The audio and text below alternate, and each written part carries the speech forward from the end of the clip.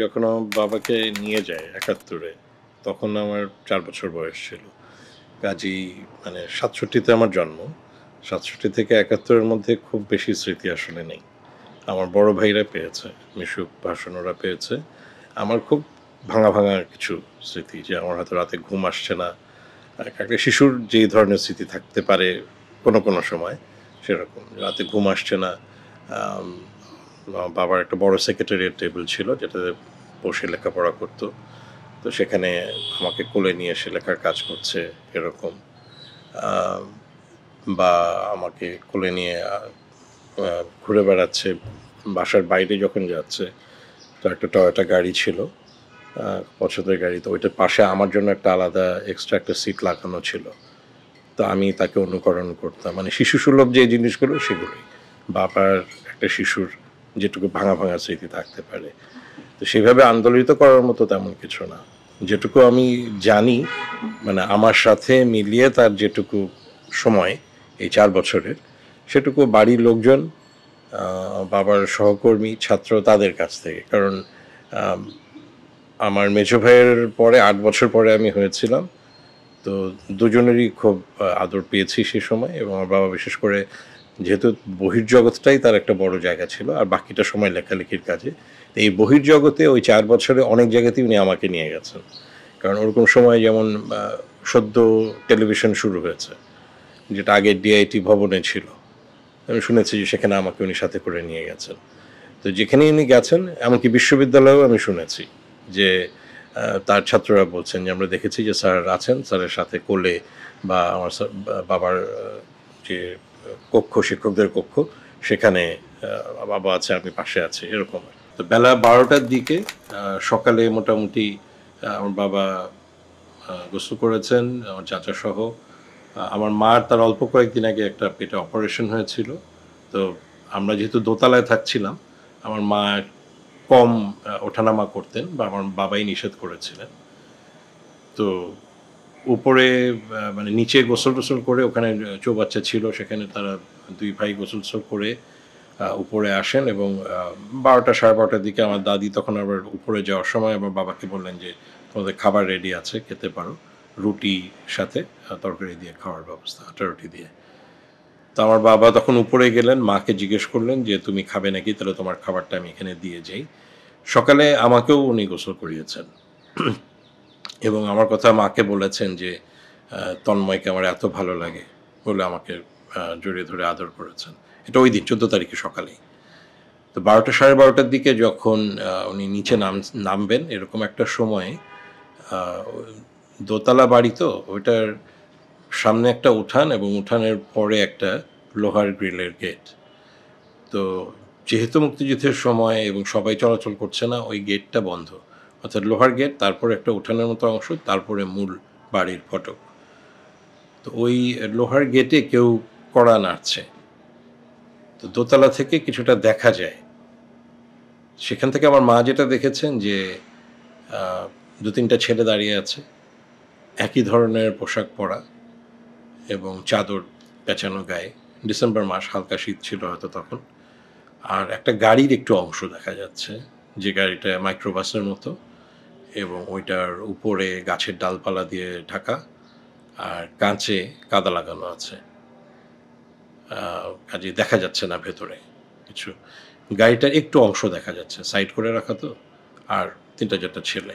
এটুকুই আমার মা উপর থেকে দেখেছেন। কড়া নাড়ার শব্দে আমার চাচা চলে গেছেন তখন নিচে। অর্থাৎ আমার মা যখন গাড়িটার দিকে দেখছেন, আমার চাচা তখন নিচে চলে গেছেন গেটটা খোলার জন্য বা কারা এসছে সেটা দেখার জন্য। তো যারা এসছে তারা প্রথমে অন্তত সামনে যারা কথা বলছিল তারা আমার বাবার চেহারা চিনত না। তবে তখন যারা সাহিত্য চর্চা করে তারা অনেকে আমার বাবাকে চেনে এবং টেলিভিশনে নিয়মিত প্রোগ্রাম করতো। তো সম্ভবত যারা বাবাকে প্রশ্ন করছিল তারা আমার বাবার চেহারা চিনত না। কারণ তারা আমার চাচাকে দেখে প্রথমে জিজ্ঞেস করেছে যে, "আপনি কি মনির চৌধুরী?" তখন আমার চাচা বলছে, "না, উনি আমার ভাই।" তখন ওরা বলে, "ঠিক আছে, স্যারকে একটু ডেকে দেন।" এবং তারা বাংলায় কথা বলছিল, বাঙালি। তো এরকম একটা সময় যখন ওখানে তখন কারফিউ চলছে ১০ তারিখ থেকে এবং আমরা জানি যে ১০ই ডিসেম্বর শহীদ সিরাজউদ্দিন হোসেনকে ধরে নিয়ে যাওয়া হয় এবং এই ১০ থেকে ১৪র মধ্যে বেশ কয়েকজনকে ধরে নিয়ে যাওয়া হচ্ছে। কিন্তু ওই সময় ঢাকা শহরে কারফিউ চলছে। অন্যদিকে সকালে রেডিওতে মনির চৌধুরী সহ অন্যান্যরা শুনেছেন যে বাংলাদেশ স্বাধীন হতে চলেছে। সেটাও কিন্তু আমার মাকে বলেছেন। উনি বিবিসি শুনছিলেন। বলছে, "লিলি আর বোধহয় বেশি দেরি নেই।" কাজেই খুব বেশি কিন্তু শঙ্কিত তারা ওই মুহূর্তে ছিলেন না। ধারণা করছেন যে নিজেদের পক্ষেরও কেউ হতে পারে। তো সেই জন্য আমার চাচাও কিন্তু খুব বেশি কিছু সন্দেহ করেননি তখন। তো স্যারকে যে ডেকে দিতে হবে, বাঙালি ছেলে এসছে, হয়তো মুক্তিযুদ্ধও হতে পারে, এরকমও ভেবে থাকতে পারেন তারা। যাই হোক, তো আমার চাচা উপরে এসে বাবাকে বলেন যে, ভাই তোমার সাথে দেখা করতে এসছে কয়েকটা ছেলে" এবং মিশুক আমার মেজো ভাই ওকে বলে যে, "তুমি চাবিটা একটু দিয়ে যাও।" তো বাবা আ মাত্র গোসল করে এসছেন, লুঙ্গি গেঞ্জি পরা, উপরে একটা পাঞ্জাবিটা চাপিয়ে নিলেন এবং রুশোকে বললেন, ডাকনাম রুশো, আমার চাচা, "রুশো চলো যাই।" তো আমার মা যেহেতু গাড়িটা একটু দেখেছেন, কয়েকটা ছেলে দেখেছেন এবং আমার মার মনে নিশ্চয়ই সেই ৪৯-এর থেকে স্মৃতিগুলো ছিল। হঠাৎ করেই কিছুটা শঙ্কিত হয়েছিলেন। তো আমার মা বলেছেন যে, "এখন নিচে যাচ্ছ, কি ব্যাপার, কেন? আ না গেলে হয় না।" এরকম একটা কথা বলেছে। তো আমার বাবা বলছে, "না ঠিক আছে, দেখি কি কথা বলতে চায়, দেখি, শুনে আসি।" তো বলে আমার বাবা নেমে গেলেন এবং মিশুককে চাবিটা দিতে বললেন। মিশুক চাবিটা দিল। তো মিশুককে উপরেই থাকতে বললেন। তো দোতলা বাড়ি ছিল, তো দুদিকে ঘর যেভাবে ছিল, দুটিকে দুটো ছোট বারান্দা ছিল। তো মিশুক ভাই একটা বারান্দায় গিয়ে ওখানে ফাঁক দিয়ে দেখছিল বারান্দা থেকে লুকিয়ে যে কি ঘটছে। তো আমার চাচা এবং আমার বাবা এগিয়ে গেলেন। তখন তারা বাবাকে জিজ্ঞেস করে যে, "স্যার আমাদের সাথে একটু আসতে হবে।" তো ২-৩ বার তারা আসার কথা বলেছে। বাবাও জিজ্ঞেস করেছে কেন? তারা বলেছে, "স্যার একটু দরকার আছে, প্রয়োজন আছে, কিছুক্ষণ পরেই চলে আসবেন।" এরকম একই কথা ২-৩ বার রিপিট হয়েছে এবং সেখানে তখন আমার পাশে আমার রুশো কাকা ছিলেন। তো এরকম ২-৩ বার হওয়ার পরে আমার বাবা একটু উত্তেজিত হয়েছেন। তখন বলছেন যে, "তোমরা যে আমাকে নিতে এসছো, তোমাদের কাছে কোনো ওয়ারেন্ট আছে?" কাজেই ওয়ারেন্টের বিষয়গুলো কিন্তু আমার বাবা পরিচিত, যখন এর আগে তাকে ধরে নিয়ে গেছে। তো ওয়ারেন্টের কথা যখন বলেছে, তখন একটা ছেলে ঝট করে আমার বাবার পেছনে চলে আসে এবং তার চাদর পেঁচানো ছিল, ওর পেছনে বন্দুকটা ছিল, বন্দুকটা পেছনে ধরে। এই দৃশ্যটা আমার মা দেখেননি। আমার মা যখন আমার বাবা এগিয়ে গেছেন, আমার মা অসুস্থ হলেও একটু, একটু করে আস্তে, আস্তে তখন তিনি এগিয়ে আসছিলেন, সিঁড়ি দিয়ে নামবেন এবং আমার বাবার পেছনে যখন বন্দুকটা ধরে, তখন আমার বাবা বোঝে যে এখন আর কিছু করার নেই। বাবা আর তখন কিছু বলেনি। আ রুশোকে শুধু বলেছে যে, "রুশো, আ আসি তাহলে।" এটুকুই। এবং যখন তারা এগিয়ে যাচ্ছে, পেছনে বন্দুকটা ধরা এবং আমার বাবার পেছন দিকটা, আমার মা সিঁড়ি দিয়ে নেমে শুধু ওই পিছন দিকটুকু একটু দেখতে পেয়েছে। কিন্তু এসে আর আমার বাবাকে পায়নি। তখন অলরেডি তাকে গাড়িতে উঠিয়ে নেওয়া হয়েছে। আ এই হচ্ছে ওই মুহূর্তের ঘটনা। আমরা পরে যেটা জেনেছি যে, আ ধারণা করা যেতে পারে যে হয়তো ঐদিন ওই গাড়িতে আম মোফাজ্জল হায়দার চৌধুরী, ডক্টর মুর্তজা, এরকম আরো কেউ, কেউ হয়তো ছিলেন, যাদেরকে বিশ্ববিদ্যালয় এলাকা থেকে ওঠানো হয়েছে। মোফাজ্জল হায়দার চৌধুরীকে আসলে ওখানে না, নাখালপাড়ায় ছিলেন। আ না, তেস্তুরি বাজারে ছিলেন মোফাজ্জল হায়দার চৌধুরী, সেখান থেকে তাকে নেওয়া হয়েছে।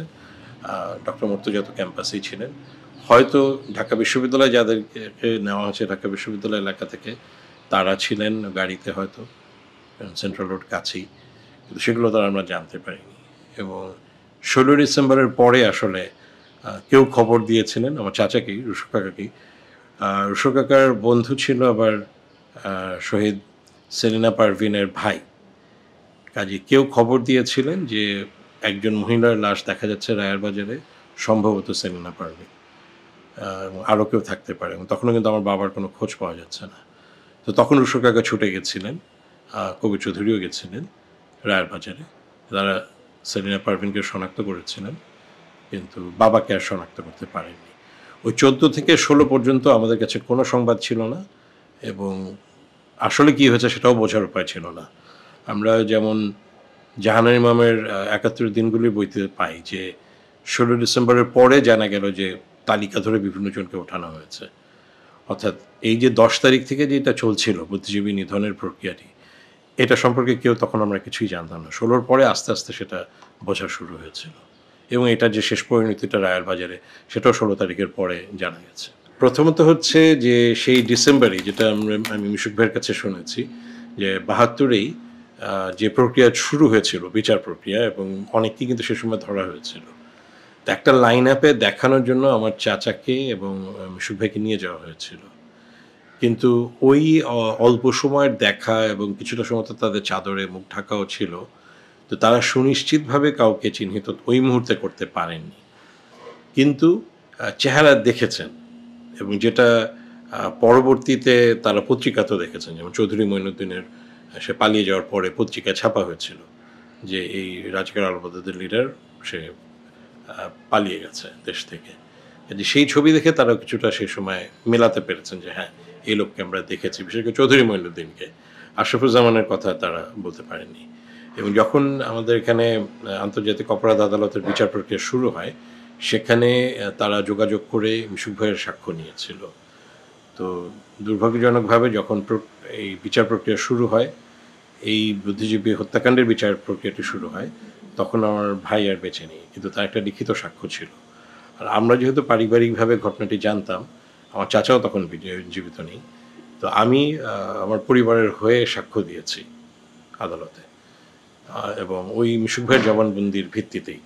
এবং আমি আমার মার কাছ থেকে যেটা শুনেছি, ওভাবেই আমি আদালতে বলেছি যে আমার মা অসুস্থ, উনি নিজে আসতে পারছেন না, আমার চাচা বেঁচে নেই, মিশুক ভাই বেঁচে নেই, কাজেই পরিবারের প্রতিনিধি হয়ে আমি কথা বলছি। অন্যান্য শহীদ পরিবারেরও কিন্তু যারা সদস্যরা দেখেছেন, যেমন সিরাজউদ্দিন হোসেনের ছেলে শাহিন রেজানুর, তিনি সাক্ষ্য দিয়েছেন, এরকম আরও অনেকেই ছিলেন। তো এবং সেই সাক্ষ্যর ভিত্তিতে যে রায় হয়েছে, রায়ে সে সময় আমরা বলেছি যে হ্যাঁ, এক ধরনের একটা সন্তুষ্টি যে চিহ্নিত যারা তাদের রায় হয়েছে। এই রায় যখন ঘোষণা হয়, চৌধুরী মঈনুদ্দিন তো আমরা জানি যে বিলেতেও থাকে। আমিও সেই সময় বিলেতে ছিলাম এবং সেখানে আমার মনে আছে যে 2013 সালে যখন রায়টি ঘোষণা হলো, লন্ডনে, পূর্ব লন্ডনে বাঙালিরা, বিশেষ করে গণজাগরণ মঞ্চের ছেলেমেয়ে যারা সে সময় ছিল লন্ডনে, তারা উল্লাসে রাস্তায় নেমে পড়েছিল। আমিও সেখানে যোগ দিয়েছিলাম। এবং তারপরে বিবিসিতে একটি সাক্ষাৎকার, বিশেষ করে উত্তর আমেরিকার জন্য তারা একটি সাক্ষাৎকার গ্রহণ করে ইংরেজিতে। তারা জানতো যে আমি বিলেতে আছি এবং সেখানে চৌধুরী মঈনুদ্দিনেরও তারা বক্তব্য নেয়। তবে চৌধুরী মঈনুদ্দিন নিজে তখন বক্তব্য দেয়নি, তার আইনজীবী টবি ক্যাডম্যান বক্তব্য দিয়েছে। এবং তার অল্প কিছুদিন পরেই আমারও একটি সাক্ষাৎকার বিবিসিতে গেছে এবং চৌধুরী মঈনুদ্দিনের একটা বড় সাক্ষাৎকার গেছে, যেখানে সরাসরি সে অস্বীকার করেছে যে সেখানে সে উপস্থিত ছিল। খুবই দুঃখজনক সেটি। কিন্তু অবশ্যই আমি যেটুকু আমার পরিবারের দিক থেকে জানি বা এবং তারাও বলেছে যে এই বিচার প্রক্রিয়াটা একটা প্রহসনমূলক বিচার প্রক্রিয়া, সেটারও আমি প্রতিবাদ করেছি যে আমি নিজে সেখানে উপস্থিত ছিলাম। এবং যেটা আমরা জানি, চৌধুরী মঈনুদ্দিনের পক্ষে আইনজীবী নিয়োগ দেওয়া হয়েছিল এবং তারা আমাদেরকে যে প্রশ্ন করেছে, সেখানে মনে হচ্ছে যে তারা আইনের পক্ষে থেকেই কথা বলার চেষ্টা করেছেন।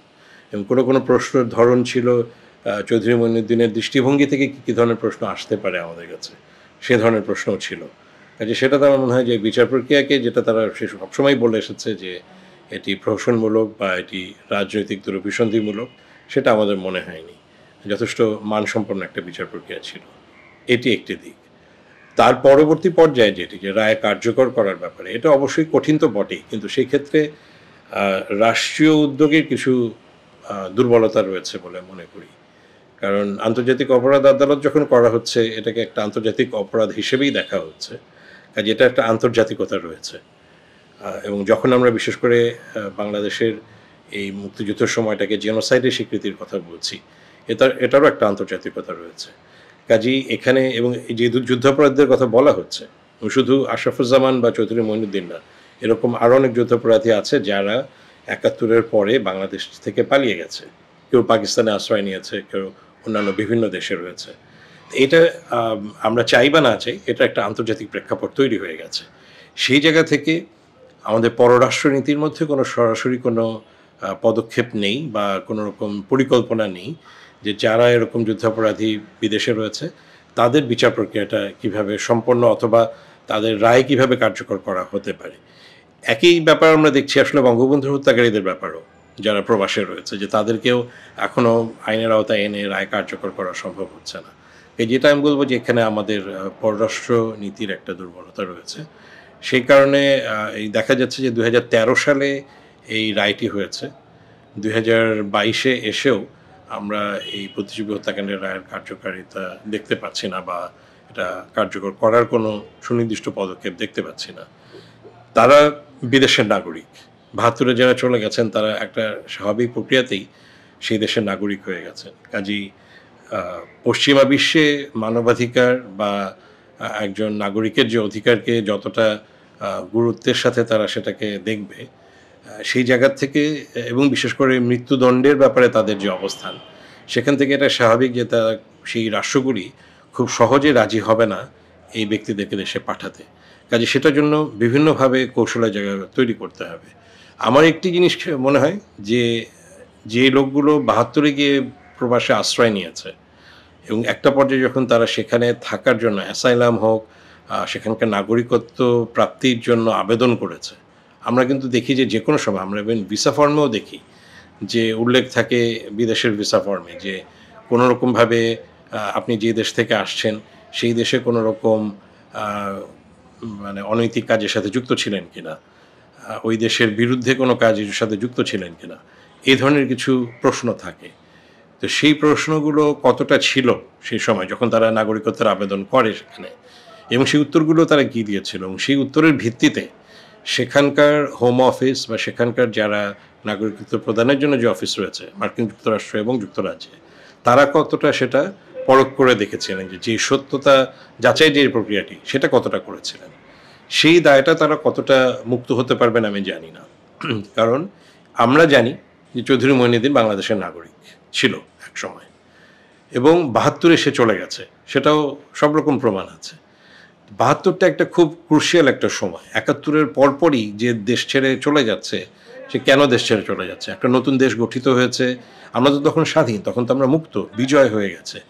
একটা বিজিত দেশের থেকে তিনি কেন চলে যাচ্ছেন, এটি নিশ্চয়ই যেই দেশে তিনি গেছেন সেই দেশের একটা খোঁজ নেওয়ার উচিত ছিল। কিন্তু এই প্রক্রিয়াটি বাংলাদেশ থেকেই উদ্যোগটা গ্রহণ করতে হবে, সরকারের দিক থেকে করতে হবে। তাদের প্রশ্ন করতে হবে যে তোমরা এই ব্যক্তির ব্যাপারে তোমরা তদন্ত করো, কিন্তু সেই প্রক্রিয়াটা কিন্তু হয়নি, সেরকম আনুষ্ঠানিক কোনো আবেদন জানানো হয়নি। আমরা শহীদ সন্তানদের সংগঠনের পক্ষ থেকে, প্রজন্ম ৭১-এর পক্ষ থেকে আবেদন করেছি। আমরা আমাদের এখানে পররাষ্ট্র মন্ত্রণালয়ে স্মারকলিপি দিয়েছি, আমরা মার্কিন যুক্তরাষ্ট্রে চিঠি দিয়েছি সেখানে দূতাবাসের ক্ষেত্রে, এবং আমরা যুক্তরাজ্যের দূতাবাসকে চিঠি দিয়েছি যে তারা যেন এই ব্যাপারটি মানে তদন্ত করে এবং সেটার ব্যাপারে তাদের একটা সুস্পষ্ট বক্তব্য আমরা আহ্বান করছি। তারা আমাদেরকে উত্তর দিয়েছেন যে আমরা ঠিক আছে, আমরা তোমাদের চিঠি পেয়েছি, আমরা দেখছি কী করা যায়। কিন্তু যেটা আমরা শুনেছি অনানুষ্ঠানিকভাবে সবসময় যে সরকারের দিক থেকে কোনো রকম আবেদন করা হয়নি। বাংলাদেশ সরকার যুক্তরাজ্য বা যুক্তরাষ্ট্রের কাছে কোনো রকম আবেদন করেনি যে এরা যুদ্ধাপরাধী, এদেরকে তোমরা ফেরত পাঠানোর ব্যবস্থা করো, অথবা এ ব্যাপারে আমরা তোমাদের সাথে আলোচনা করতে চাই। তো সেটা খুবই দুঃখজনক যে শুধু রায় ঘোষণার যে প্রক্রিয়াটি সেটির ব্যাপারে সমর্থন ছিল সরকারের, কিন্তু রায় কার্যকর করার ব্যাপারে কোনো ভূমিকা নেই।